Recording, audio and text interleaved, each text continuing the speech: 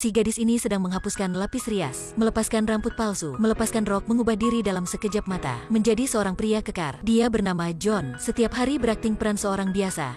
Karena sifat kepemilikan ibu sangat kuat, jadi waktu kecil dia sering ditindas. Perlahan, John menjadi tertutup dirinya, tidak suka berbicara. Bahkan setelah ibu meninggal, John membedakan diri menjadi dua karakter.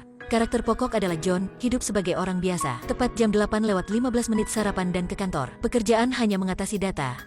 Tidak perlu bergaul banyak orang. Karakter lain muncul pada waktu matahari terbenam. Emma akan membersihkan rumah, mengatur benda-benda, dan memasak makanan untuk John, sambil mencatat untuk John.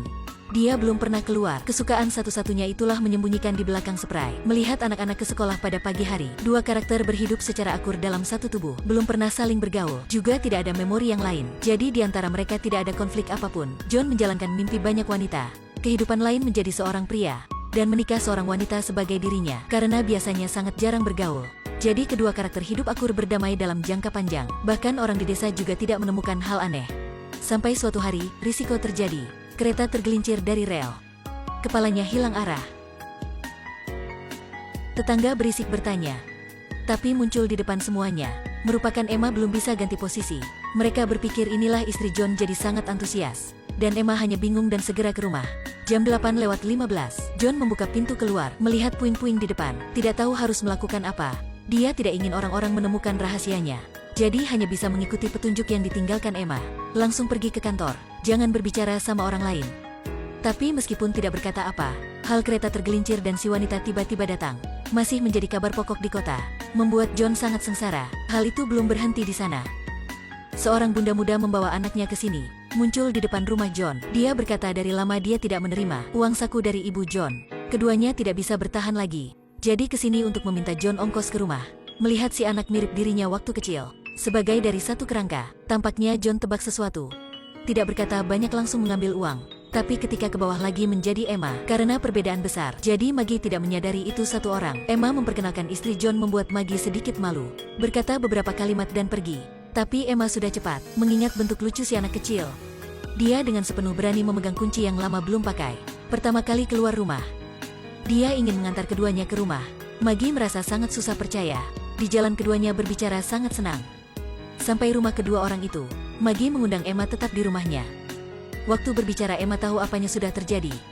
Beberapa tahun yang lalu, ibu John menemui Maggie. Menyewanya membuat John menjadi seorang pria sejati. Ibu membawa Maggie ke rumah.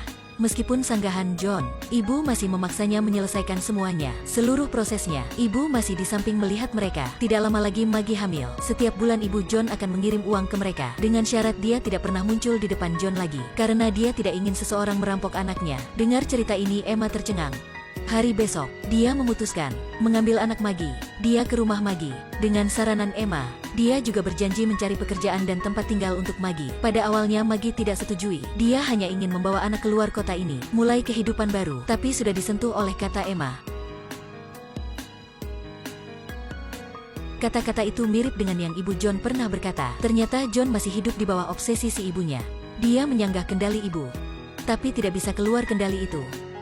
Jadi setelah ibu meninggal, dia baru menjadi dua karakter untuk merawat kehidupan dirinya. Dalam pikiran, dia ingin menghilangkan karakter itu. Tapi kecelakaan kereta, kemunculan si anak kecil, membuat John yang mulanya lemah sekarang semakin lemah. Pada waktu itu karakter Emma semakin kuat. Bahkan dia ingin memiliki badan ini. Mengambil si anak, membuatnya menjadi John kedua. Setelah menyadari hal ini, John memutuskan menyanggah. Pertamanya dia memberi semua pakaian Emma. Setelah itu ke tempat Maggie, berkata akan memberinya uang untuk dia keluar kota ini. Hindari Emma. Awalnya Maggie takut kemunculannya. Sudah mengganggu hubungan suami istri mereka. Tapi mengambil uang adalah tujuan pertamanya. Jadi dia setujui. Waktu John menarik uang, bank sudah ditutup. Berpikir tentang hal Emma akan muncul ketika ke rumah. Jadi dia hanya bisa menginap di hotel. Tapi ketika dia membuka tasnya, baru tahu taruhan ini dirinya sudah kalah. Karena Emma sudah menyediakan pakaian dan rambut di tas. Rok dan rambut palsu ibu. Jam 8:15 hari itu, Emma duduk di meja sarapan. Setelah itu mencukur alis, ciri-ciri khas John. Sejak ini dia akan memiliki tubuh ini. Hidup dengan nama Emma. Tidak ada sanggahan John. Dia menjemput si anak ke rumah. Bermain, beli mainan, memfoto untuknya. Tapi waktu tekan tombol, dalam kepala Emma muncul kenangan sengsara John.